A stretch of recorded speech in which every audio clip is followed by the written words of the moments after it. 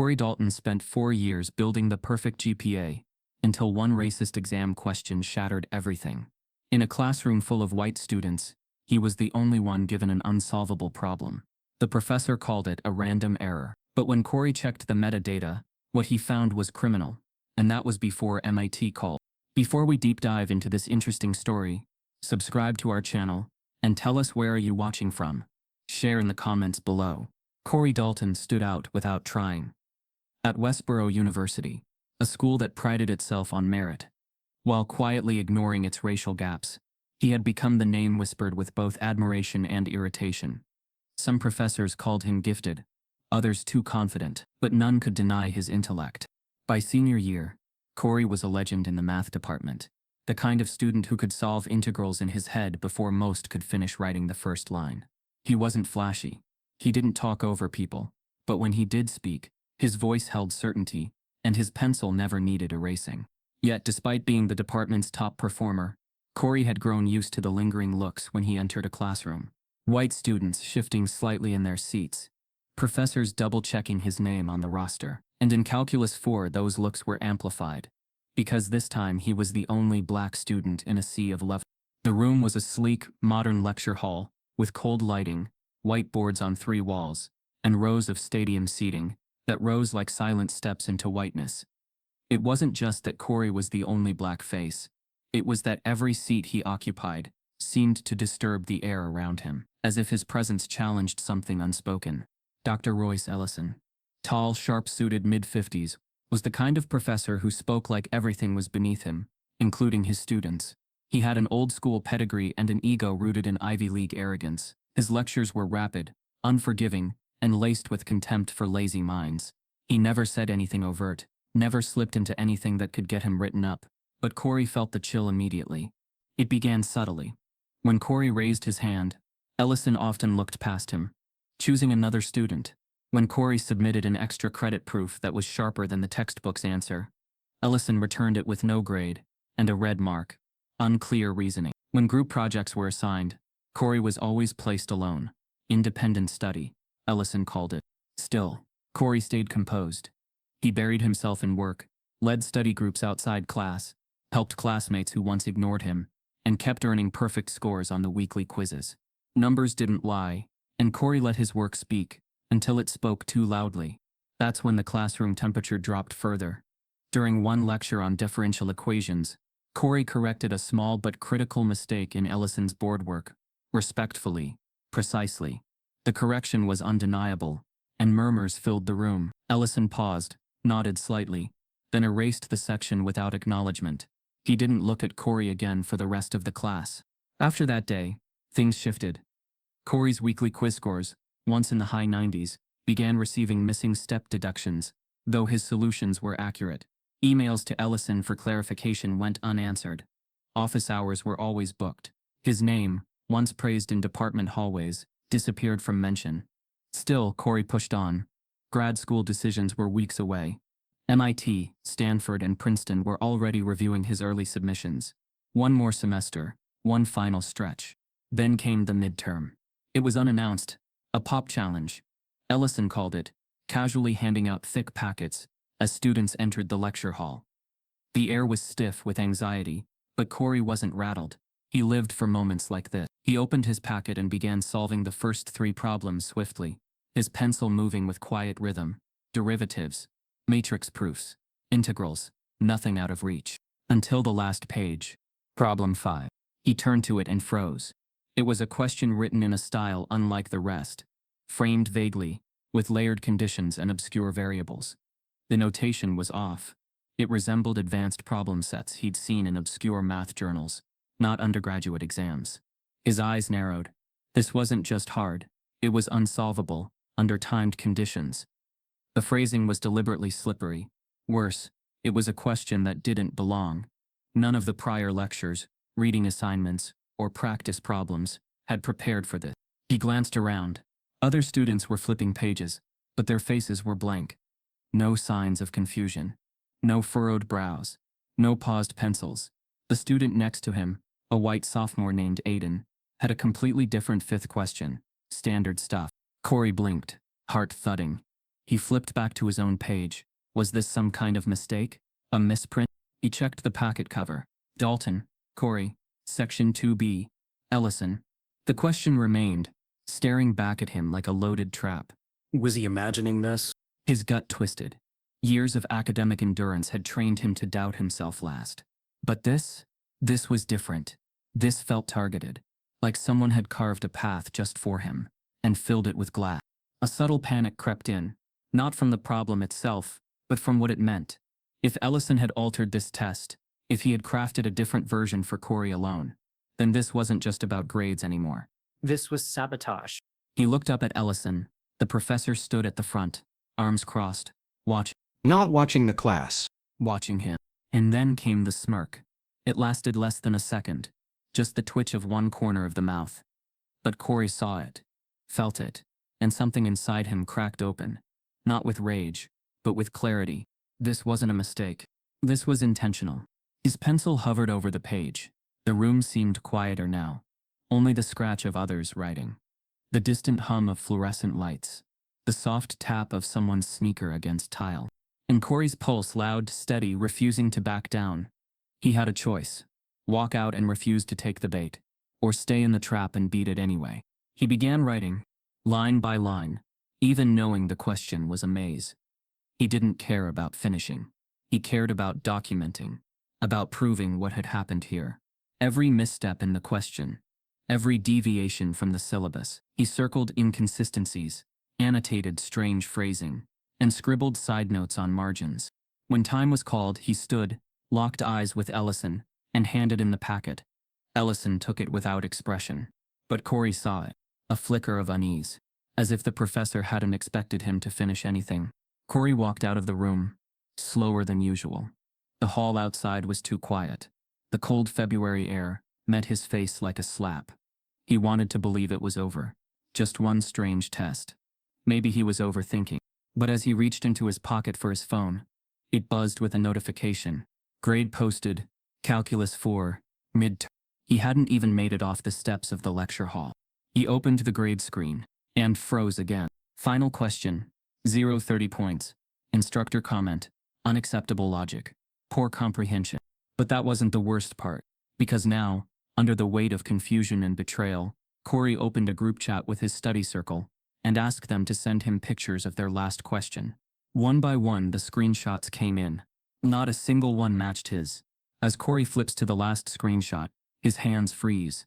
The problem looks like a trap, but only for him. The screenshots kept coming in one after another, each confirming what Corey already feared but still hoped wasn't true. Every image showed a clean traditional calculus question, aligned with the syllabus, solvable, familiar, predictable. Nothing like the tangled mess he had been given. While his classmates received questions designed to test understanding, his version felt engineered to expose failure. Standing outside the lecture hall, still clutching his backpack, Corey felt the cold afternoon breeze slip under his jacket. The sky above Westboro University had faded into a pale gray, matching the heaviness creeping through his chest. He kept comparing the screenshots, 12 so far, all standard. Every student had been tested on a multi-step vector optimization question. His own packet held a labyrinth of deliberately tangled functions, undefined variables, and a composite expression that violated the very rules Ellison claimed to uphold. A realization settled in with uncomfortable clarity. The question wasn't just unfair, it had been constructed, piece by piece, line by calculated line. His mind replayed the scene in the classroom. Ellison watching him, the faint curl at the edge of the professor's mouth. It hadn't been his imagination. Something in that smirk had carried intention, as if Ellison had been waiting to see the moment Corey discovered the trap. Corey leaned against the brick wall behind him, trying to steady his breath. All semester he had swallowed the microaggressions Ellison sprinkled across the room, implying certain students only succeeded because of department generosity, or remarking how diversity admits often struggled with advanced levels of abstraction. Ellison had never used names, but his eyes always traveled in the same direction when he said those things. Corey had learned to let them pass, knowing speaking out could cost more than staying quiet. But this was no longer subtle. This was measurable, provable, deliberate harm. He saved every screenshot to a secure folder in his cloud storage, labeling each with timestamps. His fingers were steady, but the rest of him trembled slightly. Not from fear. Fear was familiar, something he had learned to navigate since his first day in the program. This tremble came from disbelief, the kind that grows when a person realizes they were targeted not for what they did wrong, but for what they did right. He opened his own test again, scrolling through the photos he had taken before turning it in. The final question sat there like a warning etched in ink. The equation began with a nested function that violated the assumptions of the previous theorem, then forced the student into a substitution that rendered the remaining terms undefined. It was the kind of trick that no honest professor would ever place in an exam. Not without explanation, not without context. But more importantly, the same problem did not appear in any of the other tests. That fact dug deep, sharpening the injustice into something heavier. He thought about the sacrifices his mother made to get him here.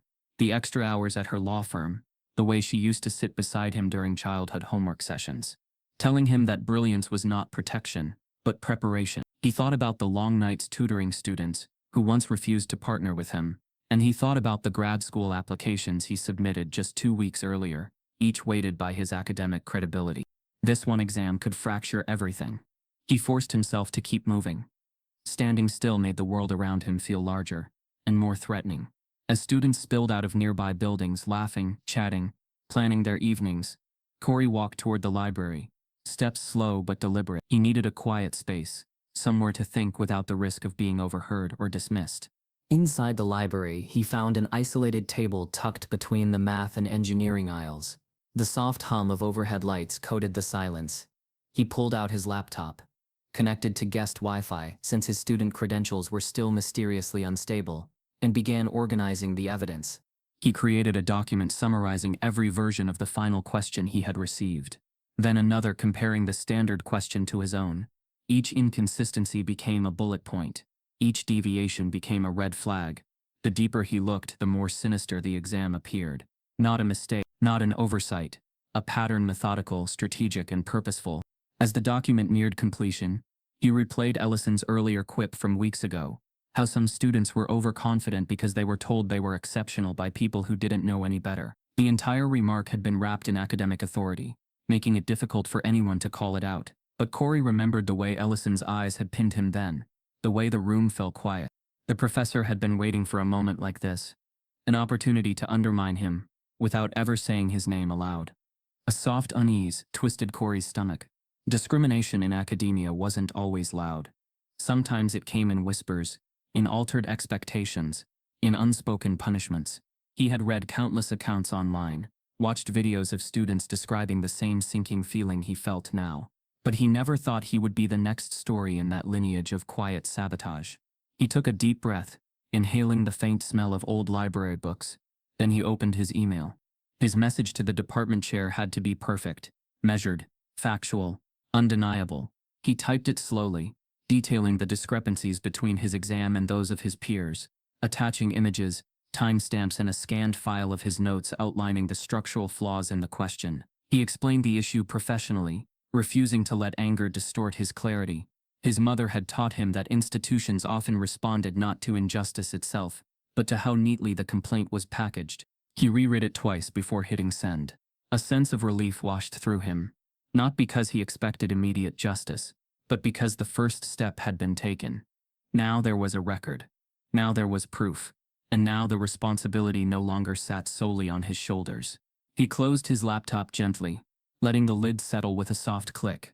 Yet even as he exhaled slowly, something in the quiet library felt off.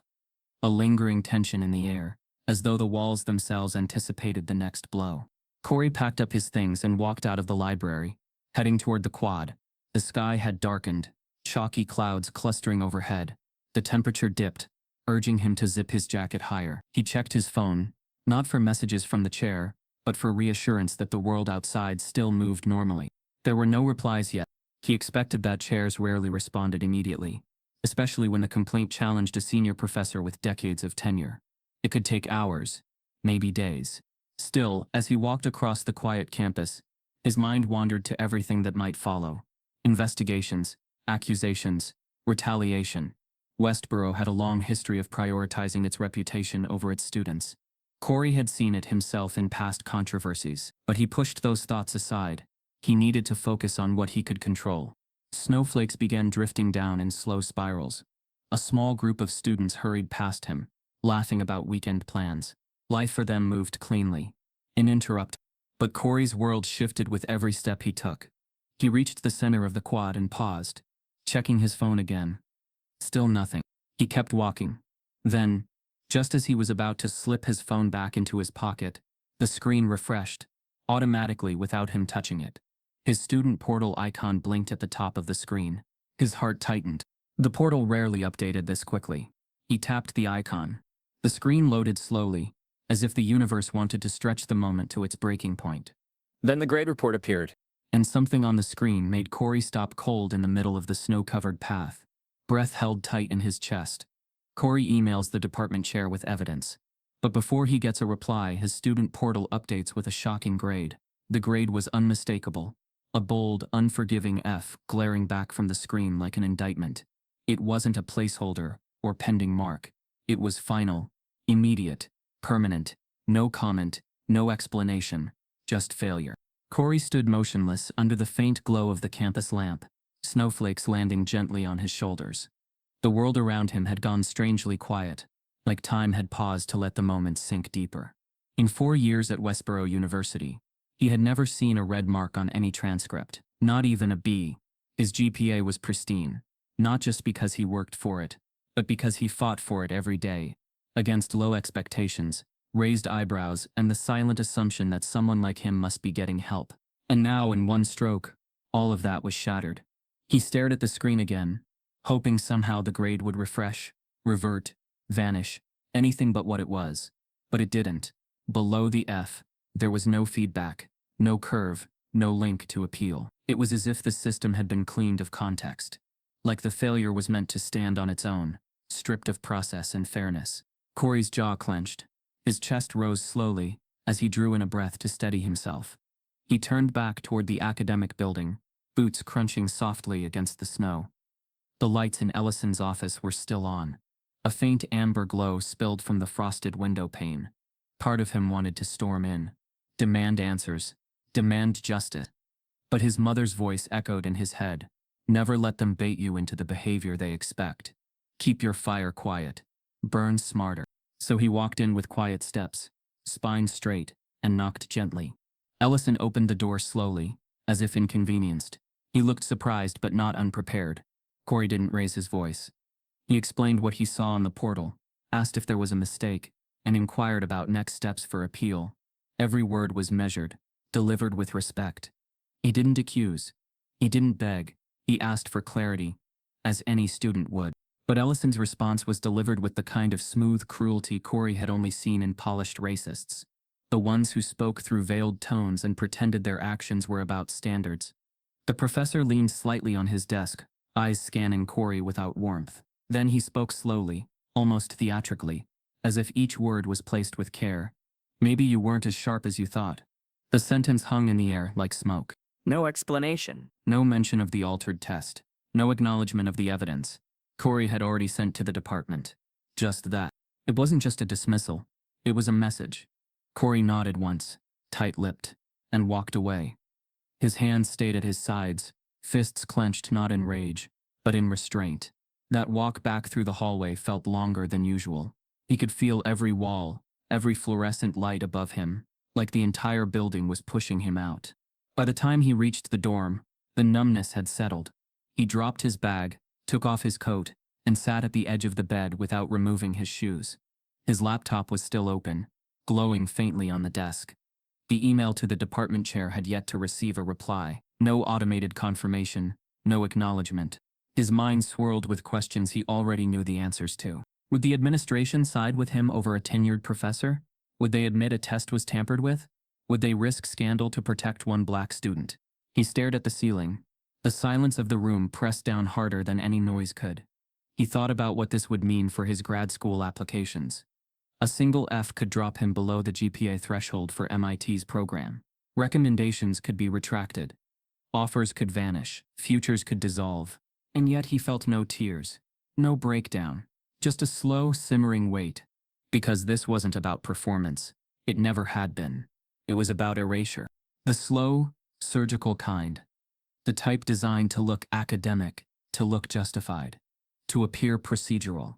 But beneath the white coat of professionalism, Corey knew what this was. It was racism disguised in red ink. Hours passed without movement. The sun had set completely now, casting shadows across his desk. He finally stood to pour himself water, when his phone buzzed with a sharp vibration that echoed unnaturally in the still room. The screen flashed with a new message, sent through an encrypted chat app he didn't recognize. Anonymous ID. Check your inbox. You're not alone, but don't use campus Wi-Fi. Corey stared at the message, stunned. His first instinct was suspicion, but the phrasing, especially the warning about Wi-Fi, struck something in him. Whoever sent this wasn't trying to intimidate him. They were protecting him. He unplugged his laptop, turned off the campus connection, and tethered through his phone. His inbox blinked once. New message, subject line. He's done this before. The email came from a burner address. No name, no affiliation. But the contents made Corey sit down slowly, every breath measured.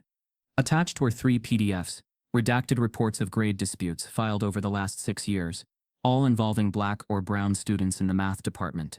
The patterns were disturbingly consistent: abrupt failing grades in Ellison's courses, vague instructor comments, no appeals approved. Most were quietly withdrawn by the students. Some transferred schools, others simply disappeared from academic records altogether. But then came the 4th document, one not redacted. It was a scanned letter from a former student, dated 2 years prior, addressed to the same department chair Corey had emailed that day. The letter described an almost identical experience: a final exam containing a custom question not given to other students, followed by a failed grade and refusal from Ellison to engage in discussion. The student's name was Brielle Masterson, a math prodigy who had once been in Westborough's honors program, before dropping out mid-semester, with no public explanation. Corey remembered her faintly. He had only seen her once or twice during freshman orientation. He recalled hearing rumors that she couldn't handle the pressure. Now he understood what really happened. Brielle hadn't failed. She had been removed. His hands trembled now, not from weakness but from the storm rising behind his ribs. He read the final paragraph of her letter again. I don't expect this email to change anything, but if someone comes after me, if another student gets caught in the same trap, maybe they won't feel as alone as I did. Corey leaned back in his chair, eyes closed. This wasn't just personal anymore. This was patterned, systemic, a hidden machine of institutional sabotage running beneath the university's polished exterior. And now that machine had come for him. But something was different this time. Because now Corey had evidence. He had records. He had a name. And someone, somewhere, was watching from the shadows, sending him breadcrumbs toward the truth. He opened a blank file and began typing, not a complaint, but a timeline. Every date, every grade, every test score, every irregularity, names, comments, screenshots, evidence, a digital wall of receipts. He didn't know who had sent that anonymous message, but one thing was certain.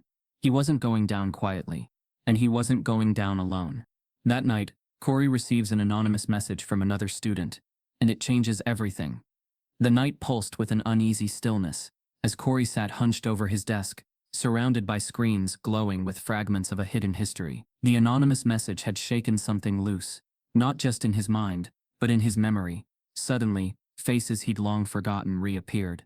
Students who once sat beside him, quietly vanishing between semesters, never discussed again. Now he understood why they disappeared so silently. Brielle Masterson wasn't an exception. She was a warning. The burner email had left a final breadcrumb, a link buried beneath the attachments. No subject line, no instructions, just a short encrypted URL. Corey hovered his mouse over it for a moment, debating the risk. Then he clicked. A new screen opened to a secure invite. Join Whisper Room, private study group archive. He entered a pseudonym, and inside the digital room were dozens of usernames. All aliases, but each profile image was some symbol of erasure: torn report cards, blacked out transcripts, faded student IDs. The chat history went back 10 years. The messages read like a confessional wall. Names redacted, details coded in safe language, but the stories were unmistakable. Each person in this whisper network had been a victim of something carefully curated. Not blatant racism, not open slurs, but targeted academic sabotage disguised as rigor. Because they were afraid. Afraid of the way Westboro protected its own. Afraid of how tenure could wrap a man like Ellison in untouchable prestige. Afraid that saying something would cost them everything. And so, over a decade, silence had built its own graveyard. Corey read in stunned silence. The names began to blur. The pain didn't. He wanted to scream, to wake the campus with the sound of this truth. But the room he sat in was quiet, the walls closing in with the weight of generations who had been told to just finish the degree. Then a notification pinged. I disprove Queen. We all thought we were the only ones. Another ping. A vector ghost. He made me rewrite an entire paper just to fail me on it. Said it lacked depth because I used examples from African mathematicians. A limit broken. Corey, if you're who we think you are, don't let them erase you like they erased us. His breath caught in his throat. They knew. The alias hadn't hidden him. They recognized his story, his file, his grades, his file. Suddenly another message appeared, a private one. A deleted ID 47. I worked under Ellison as a grader in 2018. I saw it happen more than once. Your exam? That was crafted, not assigned. Crafted. I watched him build it the night before. Corey's chest tightened. He replied cautiously, asking if the person had proof. The typing bubble appeared, vanished, returned again. Then came the reply, not here, but I saved everything. If you're serious, we should talk. The gravity of the moment pulled Corey into stillness. Every past feeling, confusion, betrayal, humiliation, now shifted into something sharper. A righteous anger, not loud, but burning hot. This wasn't just about his grade anymore. This was a decade-long operation, and now he stood at the center of it. The fear lingered. Of course, he wasn't naive. Speaking out could trigger blowback. Professors had power. Institutions had lawyers. His academic future, grad school, scholarships, all of it sat on a ledge. But silence? Silence was complicity. He stood up and walked to the window, the glass fogged with the warmth of his breath. Outside, the snow had stopped, leaving a pale layer over the world. Still, waiting. He thought of his mother, how hard she had fought for spaces she was never meant to occupy. He thought of Brielle, whose warning now beat like a pulse in his hands. And he thought of the ones still trapped in those lecture halls, staring down customized failure, wrapped in policy. No more whispers. He sat back down, opened his social media profile, and drafted a thread, not just a rant, not an accusation, but a receipted narrative. He began with context. 4 years of perfect scores, academic awards, published undergrad research, and national math competition rankings. Then he attached screenshots of the altered exam question, compared to standard versions his classmates received. He included his midterm grade, with the unacceptable logic comment attached. He cited Ellison's lecture quotes that veiled condescension in academic tone. And finally he posted the anonymous testimony of Brielle Masterson, redacted to protect her, but clear enough to show pattern. Each post was crisp, precise, unemotional in tone, but devastating in evidence. He ended the thread with a single line. This isn't just my story. It's a decade of silence. A system designed to fail us quietly. And I'm not letting it stay quiet anymore. He paused, reread it all. Then he clicked post. For a moment, nothing happened. Then the first like. Then 10. A share. A comment. Another share. Within minutes the numbers surged. The retweets moved faster than he could refresh. Then came the quote tweets. Educators, students, alumni. Some demanded an investigation. Others shared their own stories. Hashtags formed. People tagged the university's official account. Then came the bigger accounts. Activists, journalists, and influencers, each amplifying his words into the digital stratosphere. His phone lit up with pings. DM requests. Mention. Corey stood slowly, as if his body needed time to catch up with what was happening. He stepped back from the screen, watching his words spread across the internet like wildfire. But he didn't smile. Because this wasn't a victory. This was only the beginning. And then, just as the thread passed 30,000 shares, a new message arrived in his inbox. Short. Ominous. You think they'll let this go public? Corey posts a carefully documented thread on X, formerly Twitter, within minutes. It begins to explode. The notifications didn't stop, not for a second. Corey barely slept. Even when he closed his eyelids, he saw the thread spreading like a shockwave across the digital world. His words, once confined to a whisper room of forgotten victims, were now traveling across timelines, stitched into conversations, and amplified by people who didn't know him but recognized the injustice instantly. By morning, the post had exploded past 40,000 retweets. Screenshots of his altered exam were being dissected by math professors across the country. One educator from Texas broke down, step by step, why the question was mathematically impossible to solve within a timed assessment. Another thread emerged from a retired engineer who explained how the trap-style question violated the university's own academic policies on exam fairness. What shocked Corey most wasn't the support, it was the pattern. Former students, some he had never met, began digging through old files, uploading screenshots, sharing their own horror stories. The stories came from different years, different majors, different backgrounds, but all of them carried the same haunting shape. Ellison, Calculus 4, sudden grade drops, refusal to discuss results, derailing of academic futures. As Corey scrolled through the responses, he felt a surreal mix of validation and dread. Validation, because everything he experienced had a name, a history, a lineage. Dread, because the more voices joined the chorus, the heavier the silence from Westboro University became. Not a single administrator had reached out. Not an acknowledgement. Not a generic message. Not a denial. The official university account continued to post upbeat campus photos as if no storm raged beneath their skylines. It was strategic silence, calculated, immovable. Corey could almost feel the boardroom meetings happening behind closed doors, where people in polished suits whispered about reputational risk and containment. He imagined the way they might dissect him, not as a student with evidence, but as a problem to be managed. He tried to push the thoughts aside. He needed to stay focused. He reached for his wallet and keys, intending to go to the library to print more records. As he stepped outside, the winter air slapped his skin awake. Frost clung to the railing, and the campus walkway glittered with icy crystals. Corey wrapped his scarf tighter and headed toward the library entrance. But the moment he tapped his student ID against the reader, the scanner buzzed in rejection. A red light blinked. He tried again. Red light. The student behind him stepped forward, swiped their ID, and the door clicked open effortlessly. Corey tried once more, holding the card with deliberate steadiness, as if calm could override whatever system was blocking him. Red light. Confusion flared, then suspicion. He stepped aside, checking the back of the card, but nothing was wrong.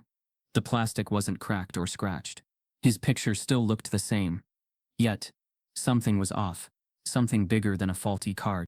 He walked to the lab building nearby, testing the ID on the side door. Again a red light. Denied. The pattern was too precise, too synchronized. His access was being revoked. He pulled out his phone and attempted to log on to campus Wi-Fi. Usually it connected instantly, but now the password prompt kept refreshing. Rejected. He tried again, slower this time, typing each character carefully. Rejected. He stepped outside for better reception. His cell data worked, but campus networks were now blocked entirely. His devices listed them as restricted. Corey felt a coldness inside that had nothing to do with the weather. This wasn't a coincidence. It wasn't a glitch. It was retaliation without fingerprints. A silent punishment disguised as system maintenance. Someone in administration had given the order. Someone had flipped the switch. He knew universities could act quickly when they wanted to. They always claimed bureaucracy slowed them down, but the moment a student became inconvenient to them, the machinery moved with frightening speed. He checked his email again. Still no response from the department chair. For a moment, the isolation crept in. The campus he once walked confidently now felt hostile, like every building had eyes watching him, waiting for him to slip. His achievements, friendships, and years of work suddenly felt fragile. He moved to a bench, sitting on the cold metal as he refreshed his thread again. Thousands more had joined. Alumni were tagging journalists. Parents were tagging education watchdog accounts. A whisper of something bigger stirred. National attention. Yet Westboro stayed silent. No statement. No investigation announcement. Nothing. It was the silence of an institution hoping the storm would pass if they ignored it long enough.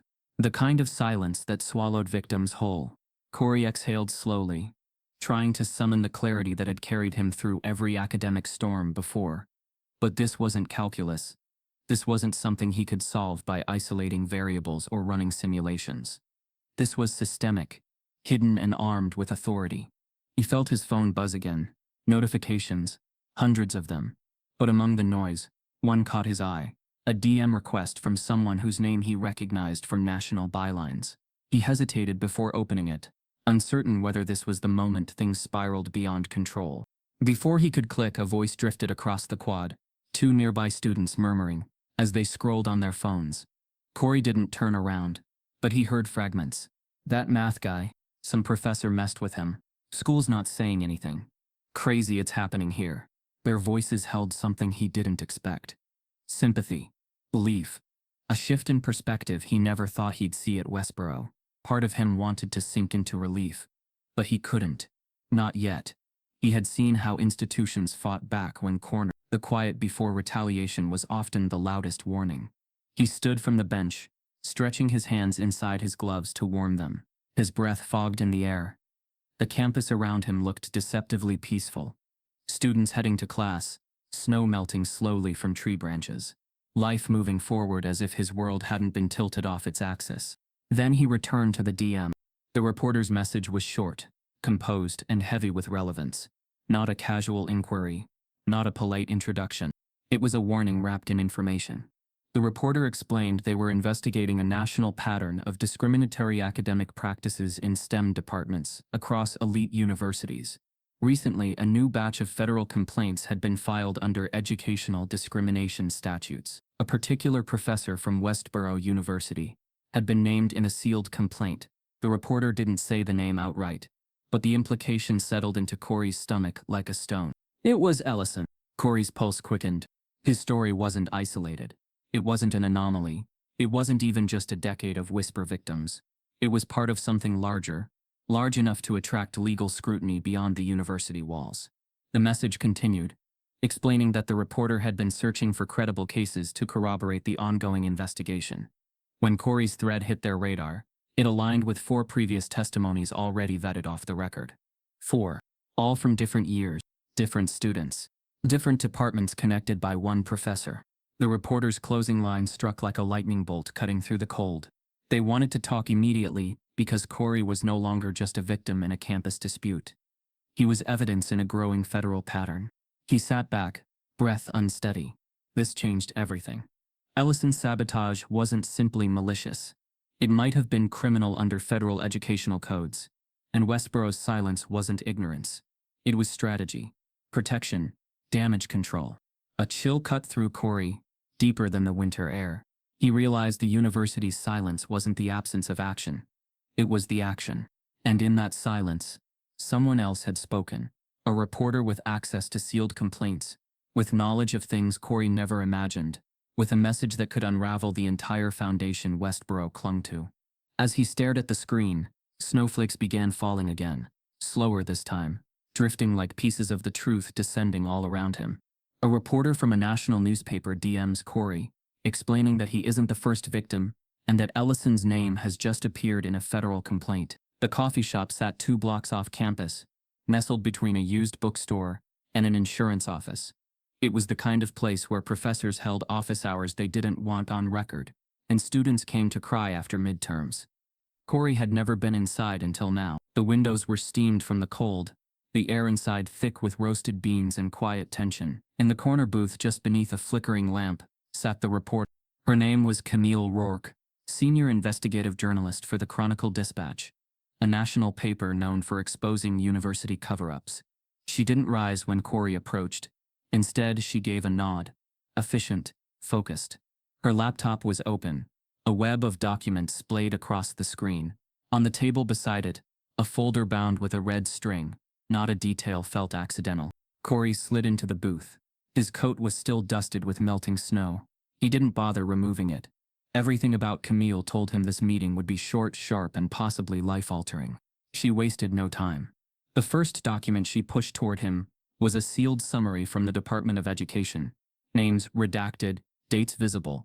The title Pattern Discrimination Allegations, STEM Faculty Review, Region 2. The date on the front was just 3 weeks old.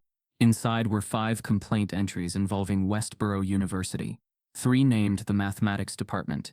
2 named a single faculty member, Dr. Royce Ellison. The most recent, filed anonymously, outlined a nearly identical sequence to Corey's experience. Sudden test inconsistencies, lack of feedback, rejection of appeal, and final course failure. It concluded with the chilling phrase, possible pattern of racialized gatekeeping in advanced STEM education. Camille's voice was low, calm, the cadence of someone who had delivered bad news too many times to flinch anymore. She explained that these complaints were just the beginning. For months she had been tracking Ellison's teaching records, trying to connect the dots between scattered whispers and institutional rot. Then Corey's thread had gone viral, and the last dot aligned. She pulled out the second document, a FOIA request response from the university, heavily redacted, but containing internal memos referencing student complaints tied to faculty conduct, conflict-sensitive settlements, and the phrase protected under tenure confidentiality. Corey's eyes stopped on a date in the corner. From 2019, he remembered that year. That was when Brielle vanished. Camille leaned in slightly, explaining the part that made Corey's stomach tighten. The university had settled 3 separate cases tied to Ellison over the last decade. None had been publicized. The students were required to sign NDA. The payouts were modest, enough to quiet someone without admitting wrongdoing. All were students of color. She slid one more folder across the table. Inside were transcripts of internal faculty emails, obtained by a source Camille wouldn't name. The emails didn't directly mention Corey, but their tone was unmistakable. Discussions about disciplinary action toward misinformation, the risk of viral escalation, and protecting the reputation of tenured staff. And then, near the bottom, one sentence that made Corey's blood turn cold. We cannot afford a precedent where students weaponize social media against rigorous evaluation, especially not in cases where identity politics could overshadow academic integrity. It was signed by the Associate Dean of Academic Affairs. Corey stared at the sentence as if it were a live wire. This wasn't just Ellison anymore. It wasn't a rogue professor with a personal bias. This was layered, protected, institutional. The silence wasn't a failure of leadership. It was the leadership. Camille closed her laptop slowly and looked at Corey with the kind of gaze that didn't comfort it, prepared. She explained what came next. If he chose to go public with this evidence, it would escalate. Westboro wouldn't admit fault. The administration might attempt to discredit him, use technicalities, weaponize old emails, possibly even interfere with grad school opportunities behind the scenes. It wouldn't be fast. It wouldn't be clean. But the truth was now undeniable. Corey sat back in his seat, exhaling slowly. His fingers gripped the edge of the folder. This moment right here was the pivot. He thought about all the hours he'd spent proving his worth in silence, in extra office hours, in tutoring others who once doubted him. He thought about the way his name was nearly scrubbed out of the university's future, without a sound. He thought about the faces in the Whisper network, and the ones who hadn't made it through. Then he nodded once. Camille didn't smile. She didn't thank him. She just packed her files away with methodical precision. The story was happening, and now Corey was at the center of it. They left the coffee shop separately. The cold hit his skin harder this time, like the wind knew what he had just agreed to. The sky had darkened again, clouds thick and gray, like pressed wool. He walked slowly, his phone buzzing intermittently with updates he no longer had time to absorb. Each step back toward campus felt heavier. He didn't go to his dorm, not yet. Instead, he stopped at a quiet park across the street, where a frozen fountain stood still under a soft halo of streetlight. The bench was cold, but he sat anyway, hunched forward, head bowed, hands pressed together. He had just walked into a war that didn't wear uniforms or carry weapons, just red pens, academic codes and silence padded in professionalism. His phone buzzed again. At first he ignored it.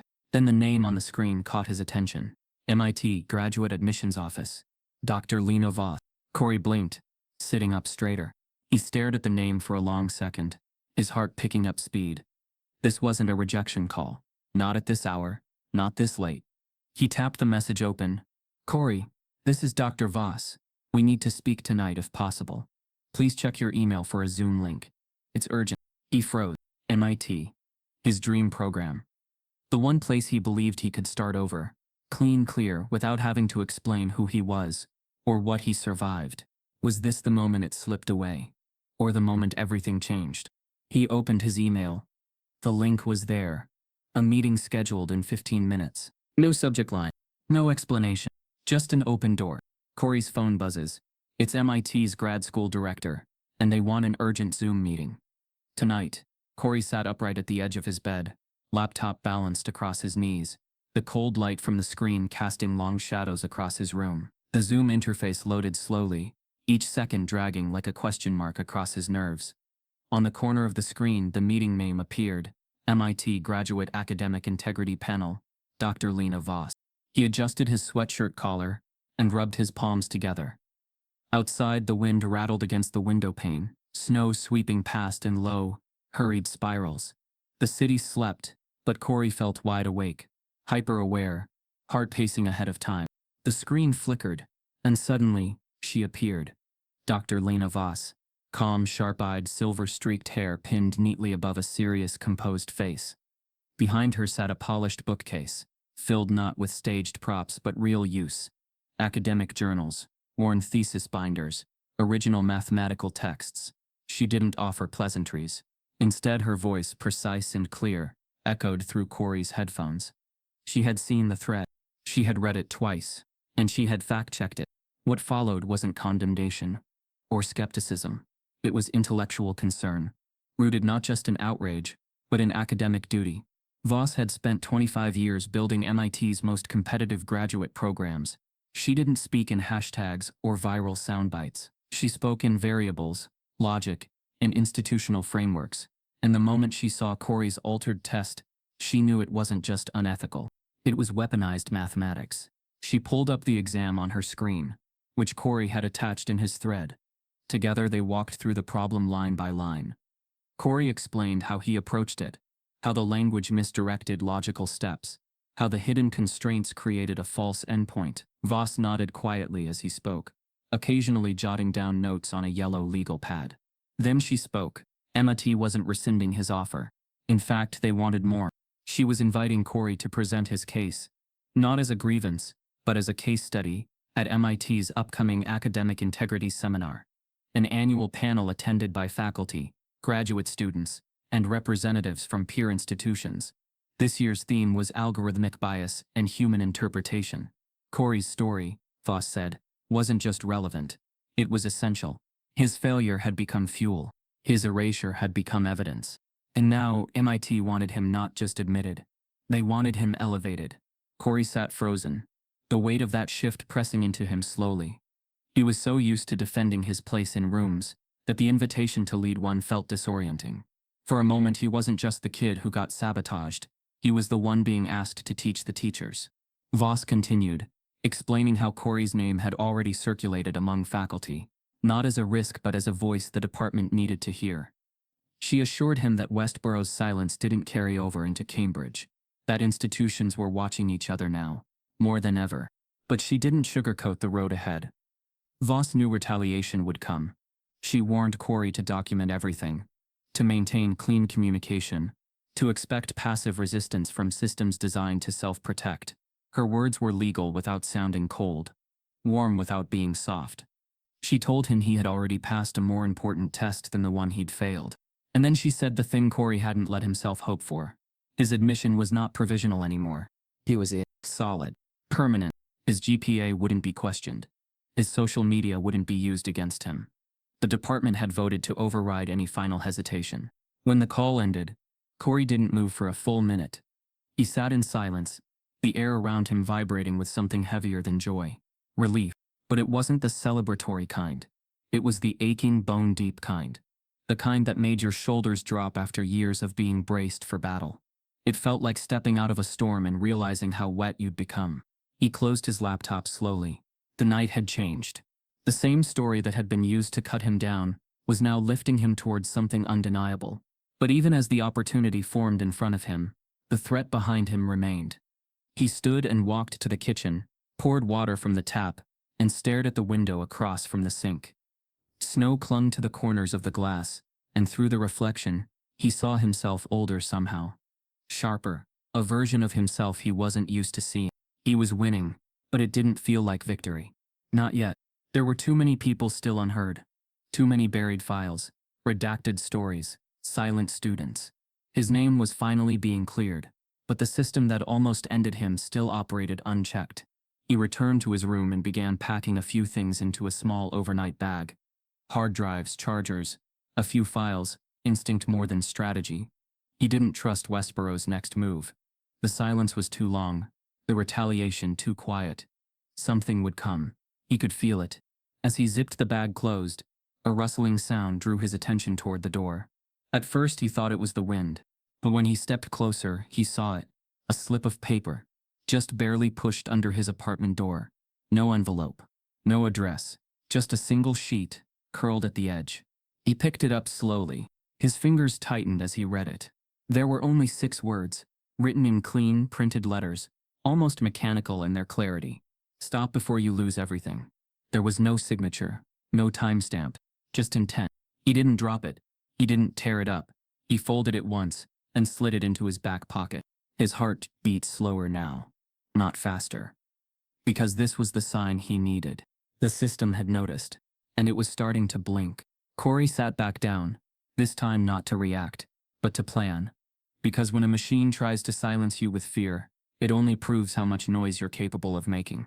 But hours after the call, Corey finds a warning note slipped under his apartment door. Stop before you lose everything. The note stayed in Corey's back pocket long after he read it. He didn't frame it, didn't photograph it, didn't even pin it to the wall. He folded it once more and tucked it inside the small zippered compartment of his backpack, the same place he stored his ID badge that no longer worked, and the test with the trap question that started it all. He didn't sleep that night. He kept the lights off but sat in the dim glow of his screen, watching shadows stretch and pull across the room as time bled past. Every now and then he looked toward the front door, not because he expected someone to barge in, but because he had begun to expect everything. Retaliation wasn't a theory anymore. It was a fingerprint he could feel even when he couldn't trace it. His email remained quiet. No replies from Westboro. No outreach. No attempt at resolution. But the internet outside the campus firewall told a different story. His thread had now crossed 60,000 shares. A wave of students from other universities were beginning to come forward, referencing similar stories with different professors, different departments, but the same shape of injustice. Still, the note spoke louder than the numbers. It wasn't the words themselves. It was the handwriting, perfect block letters, typed and printed, like someone wanted to threaten him, without letting their identity slip. Someone methodical, someone who wanted deniability. The message wasn't desperation, it was confident. That realization is what shook Corey most. Whoever sent it didn't think they'd be stopped. He finally stood, moved to the bathroom sink, and splashed cold water across his face. As he leaned against the porcelain, the floor creaked behind him. Subtle, familiar, grounding. He turned toward the sound just as the front door opened. His mother stood in the frame. Marla Dalton had returned from her legal case 2 days early, her suitcase still rolling behind her, briefcase slung across her shoulder like a soldier returning from war. Corey didn't say anything. He didn't need to. She dropped the briefcase by the door and studied his face in silence. Then he handed her the note. She read it slowly.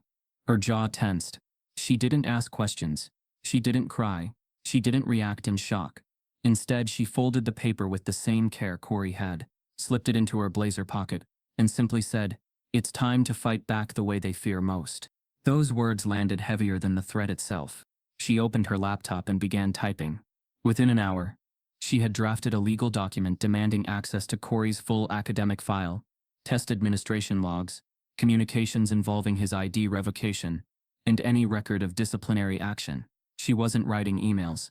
She was writing motions. She copied Corey on every line and CC'd 2 contacts he didn't recognize, both civil rights attorneys from different states, both familiar with academic retaliation cases. Corey watched her work, silently, as she reconstructed a strategy that moved faster than Westborough's silence. She wasn't just his mother now. She was his counsel. Together, they gathered everything. Screenshots, email timestamps, PDF exports of the Whisper Network messages, even Camille's sealed documents. Heavily redacted but now relevant. Every folder was double-backed to the cloud, stored off-campus encrypted and time-stamped. What Corey had started as a survival thread was now a legal exhibit. The fear didn't vanish, but it changed shape. It hardened into focus. Corey knew the game had escalated. The threats, the revoked access, the systemic silence. It wasn't chaos. It was choreographed. But what the university hadn't anticipated was that Corey wasn't fighting alone anymore. At dawn, the snow outside his window turned to sleet. The sky hung low, gray and heavy like a held breath. Corey hadn't slept, but he didn't feel tired. He sat with a mug of lukewarm coffee while his mother finalized the notice to Westborough's Office of Institutional Equity. She was meticulous, citing not just his exam, but precedent, previous settlements, pattern behavior, possible Title VI violations, and the documented internal comments Camille had uncovered. By 7:43 a.m., the email was sent, not just to the university, but to the press, to the Department of Education, to the American Bar Association's Academic Oversight Subcommittee. No one could say they didn't know anymore. Corey stepped away from the desk, heart finally slowing, when he noticed something strange. His phone buzzed. It was a university-wide email, blasted to every student, faculty member, and administrative group on campus. The subject line was vague, statement regarding academic integrity concerns. But the body of the message? It was fire. Not in its tone, not in its drama, but in its strategy. The university had officially accused a student unnamed, but unmistakable, of breaching assessment confidentiality, of creating public disruption through misinformation, and of manipulating academic documentation for the purposes of undermining institutional trust. It was written in passive voice, but every line screamed his name. Corey, the kid whose face had gone viral, the student whose story had upended their silence. Now they were calling him a fraud, an agitator, a manipulator. They didn't just ignore him. They were trying to erase him louder. He turned the screen to his mother. She read it once, lips tightening into a thin, deadly line. Then her eyes narrowed. Because buried deep in the email, almost like a footnote, was the phrase, "The university reserves the right to pursue disciplinary measures for any breach of institutional honor codes, regardless of public perception or digital misinformation." Corey didn't flinch. He knew exactly what it meant. They weren't just trying to shame him.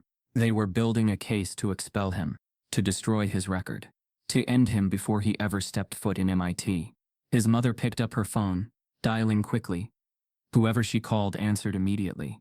Her voice was calm, surgical, but Corey could feel the undercurrent of fury as she laid out the escalation, the falsehoods, the implicit retaliation. She mentioned names, timelines, and federal oversight, as if she were reciting a verdict. When she hung up, she turned to him with a look he would never forget. "The minute they sent that email," she said, "they made this federal." The next morning, a university-wide email goes out, and Corey's name is plastered all over it, accused of academic dishonesty. By the end of the week, Corey's name was no longer just a student's. It had become a symbol, twisted, dissected, reframed, not for the truth he'd exposed, but for the threat he now posed to the institution. The university's public email was only the beginning. What followed was coordinated, meticulous, and laced with the kind of bureaucratic language that sanitized injustice into policy. Westborough's PR office released a formal statement to the press, claiming that an unnamed student had violated the university's academic honor code by publishing confidential assessment material online without authorization. The statement carefully avoided using Corey's name, but everyone understood who it was targeting. The wording was sharp: manipulated content, misrepresentation of departmental rigor, an intentional effort to incite outrage and disrupt academic continuity. It was a calculated reframe, turning Corey's exposure of racism into an accusation of sabotage. The media took the bait. Several major outlets, who had previously shared his story, began issuing cautious updates. Allegations under review, university responds to integrity claims, student activism or academic misconduct. The language subtly shifted the lens. Corey was no longer the voice of injustice. He was a headline battling credibility. Corey watched it all unfold from his kitchen table, the same spot where just days earlier he'd been planning his presentation for MIT. Now every mention of his name online was paired with doubt, speculation, and headlines wrapped in question marks instead of facts. What cut deeper than the press, though, was the silence from within. Former classmates who once sat in his study sessions didn't reach out. Professors he'd helped with research stayed quiet. Advisors vanished behind redirection emails and auto responses. Corey tried logging into the university's portal again, blocked. Then he tried reaching out to students from the Whisper network. A few responded privately, offering quiet support, but most had vanished. Their university emails were disabled. Some were suddenly no longer enrolled. Others said their graduate school references had been revoked overnight. It was clear. Westborough was scrubbing, And Corey wasn't just being discredited. He was being isolated. Even the documents Camille had shared, the sealed complaints, the quiet settlements were now being labeled unverifiable by academic blogs loyal to Westborough's orbit. Online think pieces began to question whether Corey's test had truly been altered or if he had misunderstood the challenge. The framing was consistent: a gifted but emotional student, unable to accept criticism, lashing out in a world where everyone wanted to be a victim. Every narrative weapon that had historically been used to invalidate black voices was now being reloaded and pointed at him. And yet Corey remained composed. Not numb, sharp. He didn't fight fire with fire online. He didn't release rants or threaten legal action publicly. Instead, he did what Ellison never expected. He documented everything. Every timestamp, every access denial, every email bounce, every article misquoting him, every former student's message who said they were being watched. His mother worked beside him, contacting legal observers, collecting affidavits, preparing a federal response, but even she couldn't stop what came next. One night, as Corey refreshed his inbox, he found a message forwarded from MIT's administrative review team. Subject: pending external inquiry into admission applicant. Inside was a link to a letter Westborough had sent, privately suggesting that one of your newly admitted students is under investigation for academic dishonesty and institutional defamation. It wasn't sent to revoke his offer, but it was sent to rattle him. Corey sat still, the cursor blinking in his reply box like a countdown. He realized then how deep the university would dig to bury its mistake. They didn't want an apology. They wanted erasure. Even worse, they wanted him to look like the problem, so they could pretend the system was working fine. That night, his mother printed the smear letter and pinned it to the wall. Beneath it, she wrote with a Sharpie, "If they need to lie, it means we're close." Still, Corey felt the weight pressing in. The university was too big, their reach too quiet, their denials too polished. And as the noise online grew, the silence from inside the math department only deepened. Until the unexpected happened.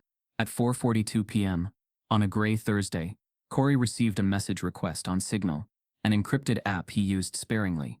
The sender's name was unknown. The message was short. "I used to be his teaching assistant. I have proof. Meet me off campus."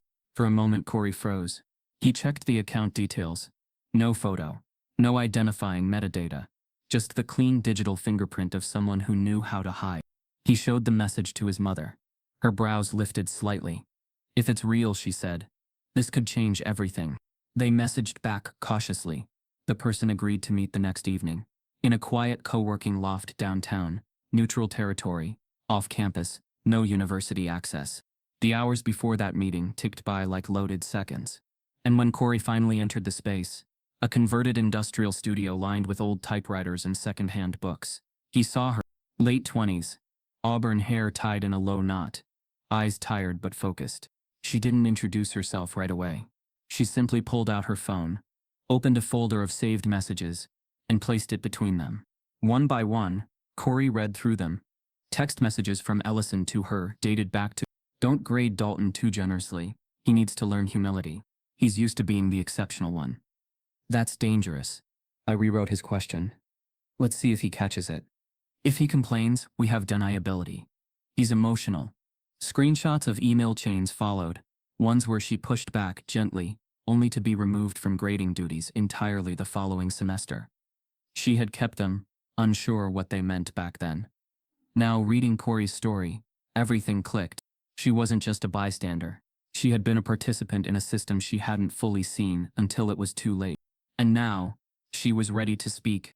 But then, someone unexpected comes forward. Dr. Ellison's former teaching assistant, with damning proof. Nadia Palmer's presence was calm, but her silence was dense with history. She didn't offer small talk. She didn't try to soften what was about to unfold. Her eyes said enough. This wasn't a meeting she wanted, but one her conscience demanded. Corey sat across from her, hands pressed together on the table, trying to quiet the storm inside him. His mother sat to his left, reading her body language like a deposition before a court. The room held a quiet tension, the kind that comes when the truth is too heavy to be whispered. Nadia reached into her satchel and placed a small USB drive on the table. "This is everything," she said flatly. "Screenshots, messages, drafts, metadata logs, the original exam. The modified one. Her voice was low, but each word landed like a drop of ink spreading across white paper. She explained that she had worked under Ellison for 3 semesters, first as a grader, then as an unofficial teaching assistant. She had always known Ellison was difficult. He played favorites, often mistook arrogance for rigor, and took pride in being the filter for unworthy minds. But she didn't see the deeper issue until it became targeted. Specific. Racial. The night before Corey's midterm, she had received an email from Ellison at 11:03 p.m., subject line, Private Revision 2B only. Inside was a file labeled Calculus 5 Midterm ALT Corey D. She opened the attachment and saw the same problem Corey had posted online. The twisted, unsolvable one. She had replied confused. This doesn't match the other sets? Ellison's response came minutes later. It's deliberate. Make it tough. We can't let him be the poster boy for diversity. Nadia hadn't responded. She didn't know how. Her gut screamed to challenge him. But fear had rooted her hands. She needed her stipend, her transcript, her professional references, and like so many others before her, she said nothing. But she saved everything. Now, nearly a year later, she couldn't stay silent. Not after watching Corey get dragged through the digital fire. Not after seeing the university twist its machinery to protect Ellison at the cost of truth. Corey's hands trembled as he plugged in the USB. On screen, folders unfolded like confessionals. There were message threads from Slack. Emails from Ellison directing Nadia to score Corey more harshly for overconfidence. Requests to keep an eye on his tone during lectures. Warnings not to let him control the classroom dynamic. And then, the most damning of all. 2 versions of the midterm. Version A, the standard one. Consistent with lectures, manageable within the allotted time. Version B, Corey's. The differences weren't subtle. The final question was rewritten entirely, unsolvable in its phrasing. Structured to confuse, mislead, and fail. The metadata confirmed the file edit occurred hours before the exam. The access logs showed only 2 users had modified it, Ellison and Nadia. But what made the evidence irrefutable was the audit trail from Westborough's own LMS, Learning Management System. Nadia had downloaded it before her credentials were revoked, and it showed one thing crystal clear. Corey's test had been replaced manually, flagged only to be delivered to his name alone. Marla Dalton, silent until now, finally spoke. This isn't just misconduct, she said quietly. This is targeted discrimination, coordinated, premeditated, and protected by administration. Nadia nodded, her face unreadable. I tried to come forward before, after I left, but no one returned my calls. Then my alumni access was cut. I figured if I pushed too hard, I'd be labeled unstable. You know how they do women who speak. Corey looked at her, unsure whether to feel fury or gratitude. Both sat heavy in his chest. You kept it, he said. You saved everything. Nadia looked down, then back at him. Because I knew one day he'd do it to someone who wouldn't disappear. The air in the room shifted. This wasn't just a defense anymore. It was ammunition. A kind universities feared. Documented. Time-stamped. Patterned. And intentional. That night, Nadia didn't just hand over her data. She handed over her voice. With Marla's legal guidance, she filed a lawsuit, not just against Ellison, but against Westborough University for complicity, retaliation, and systemic racial bias under Title VI and Title IX. The complaint was precise, dated, supported with evidence, and it was immediately picked up by the press. The next day, subpoenas hit the university's inboxes like wildfire. One for Ellison, one for the department chair, one for the dean of students, another for the head of IT. Each document carried federal weight. Each name, now tethered to a case with public traction and mounting outrage. Westborough could no longer hide behind silence. Because now, the silence had a timestamp. And Corey?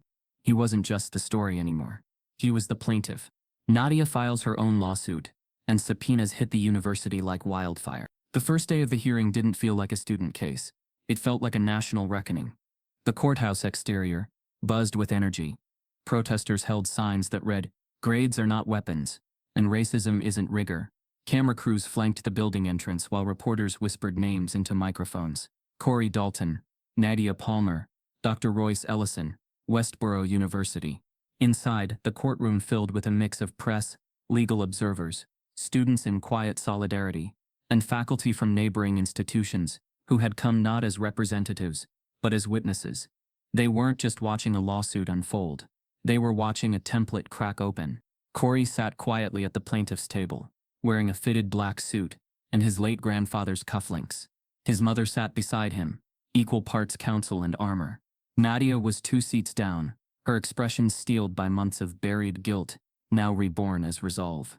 Across the aisle sat Westborough's legal team. 3 attorneys in navy suits, 2 assistants typing every word spoken, and Dr. Ellison himself, shoulders set tight, fingers folded over each other, like a scaffold trying not to collapse. The university's defense opened predictably. They framed the case as a misunderstanding, a pedagogical difference. They argued that professors must have discretion in advanced coursework, and that Corey's version of the test was simply part of a rotating difficulty matrix, used in high-level math. It sounded rehearsed, polished, safe, but it crumbled the moment the evidence began. Marla Dalton, calm but surgical, presented the timeline first: emails, Slack messages, LMS logs. Each step reinforced not just what had happened, but when. Corey's test had been created separately, assigned manually, scored differently. There was no matrix, only manipulation. Then came Nadia's testimony. She sat forward, voice unwavering, as she described Ellison's directives, his late-night email. His phrasing, "We can't let him be the poster boy for diversity." The courtroom didn't gasp. It didn't need to. The words settled like stone in the silence. Then came the smoking gun. The metadata. Nadia pulled up the original midterm file on screen. Time-stamped. File path visible. Properties intact. The screen showed exactly what Corey had claimed from the beginning. File calculus IVFE. Midterm ALT Corey D. Created 11:03 p.m., 36 hours before the exam. Last modified 2:12 a.m. by R. Ellison. Assignment ID Dalton, Corey Section 2B. No rotation matrix. No system. No defense. The courtroom went still. Ellison shifted uncomfortably in his seat, then leaned toward the microphone. For a moment, it seemed he would remain silent. But the judge motioned for his response. The room waited. He began with academic jargon terms, like differentiated learning and performance thresholds. But when asked directly whether he created a custom version for Corey and no one else, his tone faltered. He denied it, flatly, said it was misinterpreted, claimed Nadia's screenshots were edited, and that she held a personal vendetta. The courtroom rustled. Then Marla stood, clicking the screen once more, this time pulling up the automated internal backup log from the university's own server. It confirmed the file version as authentic, mirrored against Westborough's original storage. The entire sequence had been auto-saved. Nothing was edited. Ellison stared at the screen like he no longer recognized his own reflection. And in that moment, the courtroom turned. Not dramatically, not with shouting, but with the kind of quiet weight that doesn't fade. Reporters scribbled faster. Eyes moved from Ellison to the judge, then back to Corey. Even the jury, 5 women, 3 men, seemed frozen in a single collective breath. Everything Corey had said had been true. Every accusation dismissed as exaggeration had been a documented decision. The defense attorney tried to pivot, arguing the lawsuit was a reaction to a poor grade and an emotional overreach fueled by social media. But the words didn't stick. Because now, there were facts. At recess, Corey stepped into the hallway. The air outside the courtroom was thick with flashbulbs. A small group of students stood nearby, arms folded, eyes tired but proud. He didn't speak to them. He didn't need to. They were still here, and that meant something. Back inside, the defense attempted damage control. They asked for an early adjournment. Denied. They asked to exclude the metadata logs from record. Denied again. Then came the moment that would redefine the case entirely. As the jury filed back in, one of them, a woman with short silver hair and clear blue glasses, raised her hand. The judge nodded. She looked directly at the university's lead counsel and asked, "Is Corey Dalton still being denied his diploma?" The room froze again. It wasn't part of her duty to ask. But the question hung in the air, undeniable, surgical.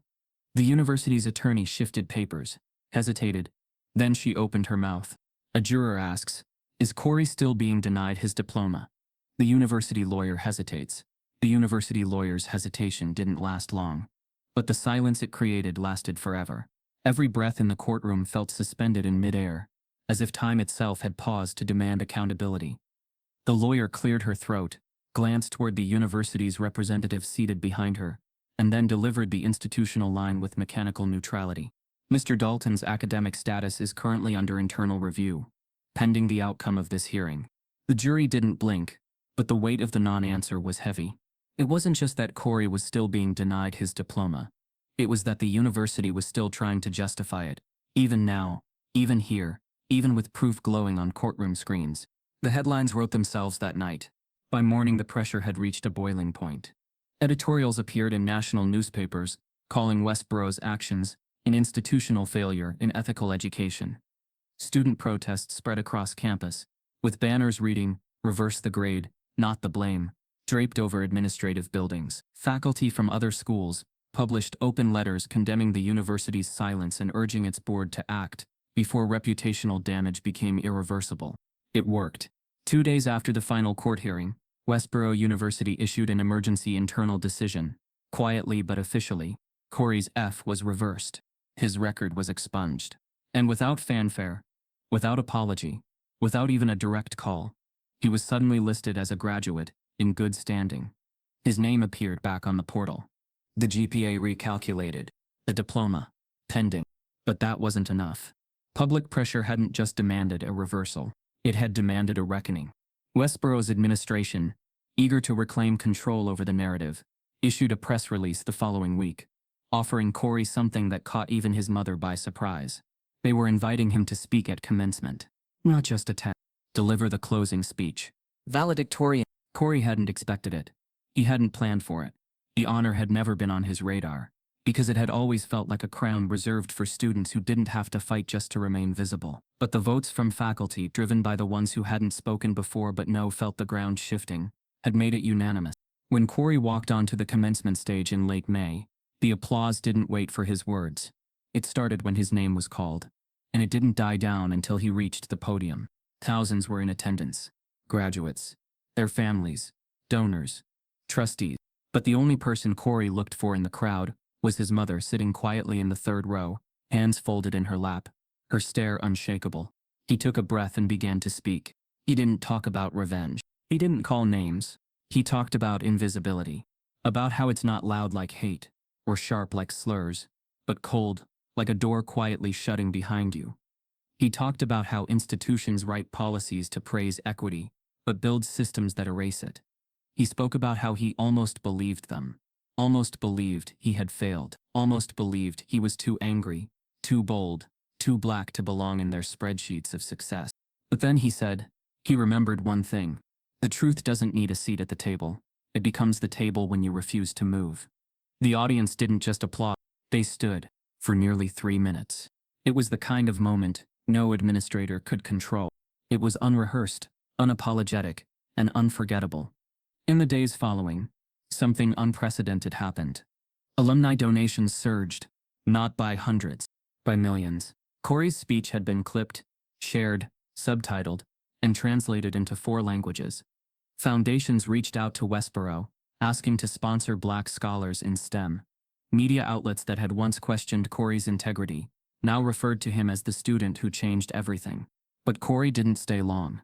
The very next week, he began packing for MIT. His acceptance was already official. His housing arranged. The seminar he was invited to speak at on academic bias and institutional harm was already listed on the schedule. He folded his suits neatly, boxed up his case files, and stared at the walls of the apartment he was finally leaving behind. Each box closed felt like a memory archived. The Whisper Network thread.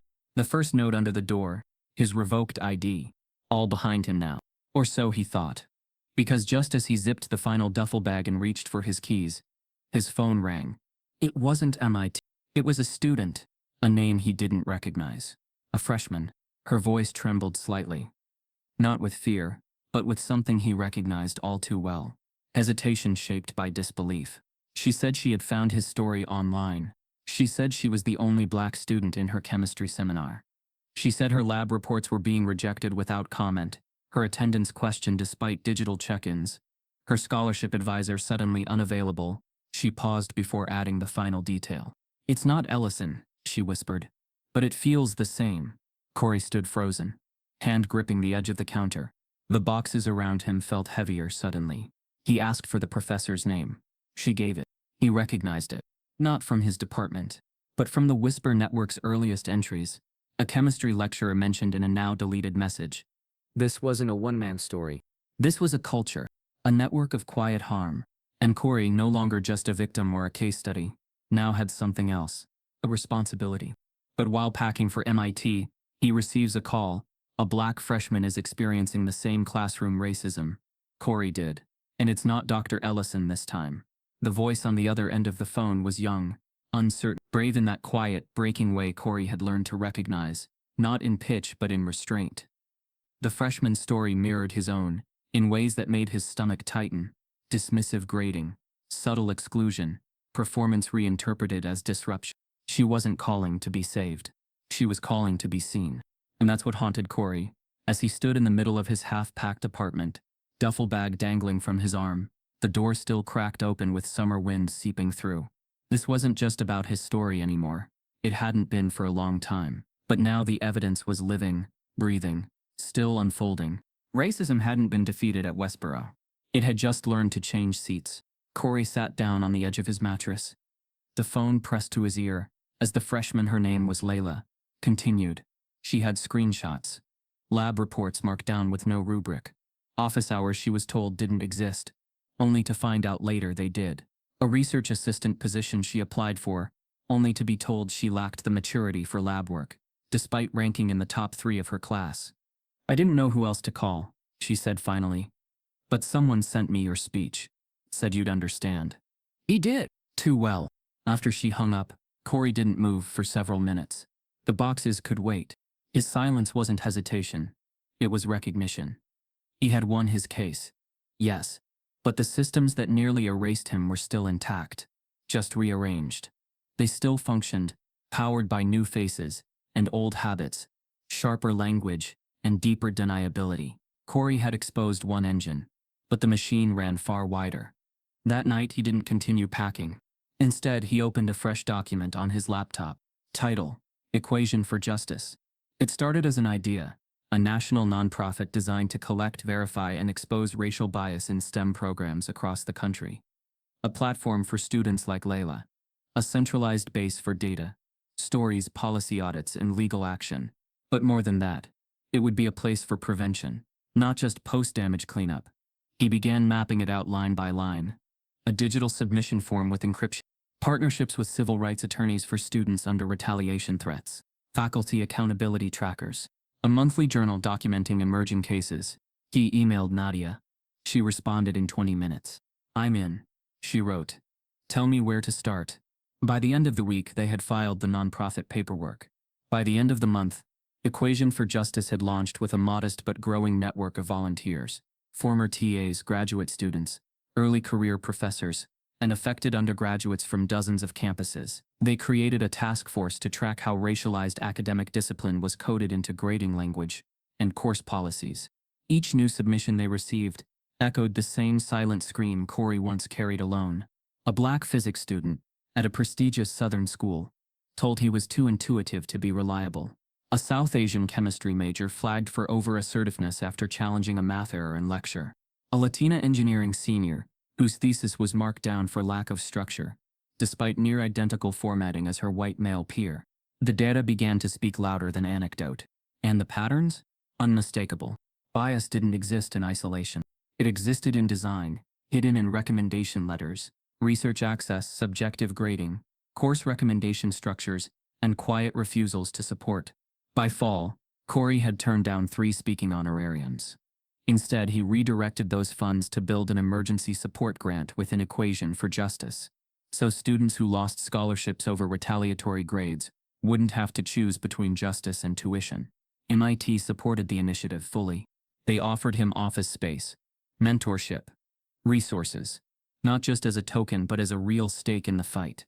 Camille Rourke, the journalist who first uncovered the sealed settlements, published a long-form piece titled Erased by Design, STEM's Invisible Wall. It named names, institutions, even programs considered untouchable. The article won a National Investigative Award, but more importantly, it spread like wildfire among academic listservs and parent forums. And then, one morning, Corey's inbox pinged. The sender was an address he didn't recognize. The subject line was crisp: Office of Civil Rights, Department of Education. He opened it. The letter was formal, governmental in its tone, but its core was clear. The Department of Education had been following his advocacy. Equation for Justice had not only sparked policy conversations, it had triggered a data review into multiple STEM programs across 3 states. They were forming a national anti-discrimination in education panel, an advisory board designed to draft the most comprehensive federal reform proposal in over 30 years, and they were asking Corey Dalton to serve as one of its founding members. His breath caught in his throat. He reread the letter 3 times. It wasn't just that the federal government was listening. It was that they were finally responding. Not with condolences, but with a seat at the policy table. The same table Corey had once been locked out of completely. He leaned back in his chair, the light from his window cutting across the floor like a line drawn in chalk. He had crossed that line, from a failing grade to federal reform, from a silent target to a national advocate. But as he sat there, staring at the screen, he didn't feel victorious. He felt vigilant, because Layla wasn't the last call. She was the first ripple, and the machine, it was still turning. Then a letter arrives from the Department of Education, requesting Corey's presence on a national anti-discrimination panel. The room wasn't just full, it was curated. Rows of chairs stretched from wall to wall, in the MIT Sloan Lecture Hall, each filled with educators, administrators, researchers, students, and journalists. But it wasn't the crowd's size that caught Corey's breath when he stepped onto the stage. It was the weight of their gaze. Not skeptical, not casual, intentional. They weren't here to listen politely. They were here because they needed to know. It was the keynote session of the Academic Integrity and Structural Bias in Higher Education seminar, and Corey wasn't speaking as a student anymore. He was speaking as a living case file, a system auditor, and now an emerging national voice on institutional harm buried beneath academic culture. He wore a dark gray suit, pressed and clean, with no tie formal, but unconstrained. In his hand was a tablet that held one file, one equation, the one that had nearly derailed everything. He opened with silence, let the tension build. Then he spoke. This is the question I was failed for. The screen behind him lit up, showing the exact math problem Ellison had crafted. Students and faculty leaned in. Some recognized the style, complex, layered, plausible. But as Corey began to walk through it, piece by piece, the illusion unraveled. He didn't just solve the math. He decoded the weapon. He showed how the problem subtly violated prerequisites never covered in class. How it included constraints that invalidated each step as soon as it began. How the phrasing invited logical fallacy. And how, under timed conditions, it was designed to mislead, not assess. He paused after every major revelation, not for drama, but for absorption. The audience wasn't passive. They were learning in real time how racism didn't always announce itself in language or attitude. Sometimes it lived inside syntax, inside logic, inside curriculum design. Academic bias, Corey said, isn't always about what's said out loud. Sometimes it's about who a system quietly sets up to fail on paper. The room didn't stir. They were frozen. Not in disinterest, but in realization. Corey shifted then, not away from math but deeper into it. He showed how educational gatekeeping worked. GPA thresholds that ignored systemic grading disparities, recommendation structures built on unspoken bias, office hour cultures designed around cultural proximity, and research assignments that required fit more than talent. Racism in education isn't just interpersonal, he said. It's infrastructural. He finished by pulling up a timeline of his own experience. From the day he entered Westboro, to the Whisper Network, the altered exam, the legal escalation, and finally, the creation of Equation for Justice. A full arc, compressed into data points that painted a clear picture. This wasn't an accident. It was design. When he ended, there was no immediate applause, just silence. Then one person stood, then another, until the entire hall was on their feet. The applause didn't erupt. It built, slow and sustained, until it lasted longer than any ovation Corey had ever received in his life. 5 full minutes. When he stepped down from the podium, a crowd formed immediately. educators asking for partnerships, students thanking him, policy advocates slipping him cards. But amid the crowd, Corey's eyes locked onto a face he hadn't seen in over a year. The dean of Westboro University. He was standing in the back of the room, pressed between two seated administrators, his arms crossed, jaw tight, eyes unreadable. And beside him, taller, broader, unfamiliar, stood another man in a government-issued black suit, badge barely visible beneath his lapel. It wasn't a reunion. It was a message. Corey didn't look away. The dean didn't move. There was no wave, no nod, just a long stare, ending with a subtle turn of the head as both men exited the room in silence. Corey stood still for a moment. He wasn't afraid, but something inside him clicked. The dean's presence wasn't personal. It was defensive. He wasn't here to reconcile. He was here because the university had been named. Again. And this time, they knew the world was watching. Camille Rourke appeared by Corey's side moments later. She had been sitting in the third row, notebook in hand, face calm but eyes alight. She didn't ask for an interview.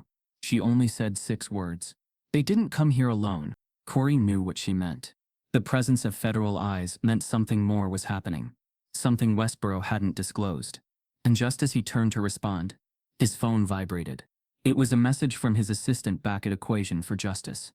The message was short, urgent. You need to see this immediately. A student from Westboro just filed a new complaint, and this one names the dean directly. In the crowd is the dean of Westboro, watching silently. And he's not alone. The official statement from Westboro arrived not in whispers, not through leaks, but through a bold black-letter press release, headlined across national media outlets. Westboro University acknowledges institutional failures in racial equity. Effective immediate, Dr. Royce Ellison's tenure terminated. It wasn't dressed in excuses. It didn't hide behind tradition. For once the words were direct. The university had failed. Not just Corey, not just Nadia, but a generation of students whose potential had been redirected, dulled, or erased. The statement outlined the entire timeline. The secret test versions, the sealed settlements, the denied appeals. A decade's worth of structural harm had been condensed into a 6-paragraph apology that stopped short of naming every victim, but made one thing clear. This was not about a rogue professor. It was about culture. They didn't just terminate Ellison's tenure. They removed him from all emeritus considerations. His office was emptied, his name pulled from award plaques, research boards, and archived publications hosted on university servers. The message was not symbolic. It was surgical. But Corey didn't celebrate, because while justice had finally taken a public form, the wounds it responded to weren't healed by statements. When the university's general counsel contacted Corey with a formal offer of monetary settlement, the number was large, life-changing by most standards. He read it once, then closed the document. He didn't need reparations for what they took. He needed infrastructure for what they'd never given. So instead of cashing in, Corey redirected the offer back at them, on one condition. Every dollar they offered would go toward a new scholarship program, one not controlled by Westboro, but independently managed by Equation for Justice. The scholarship would be awarded annually to Black students pursuing degrees in STEM fields at institutions across the country, selected through a process free from institutional bias, with mentorship and academic support built in. Westboro agreed. Not publicly, but in writing. Because now, silence no longer protected them. Corey named the fund after the students who never got their name back. Brielle Masterson, the Nigerian transfer, the ones who disappeared between semesters.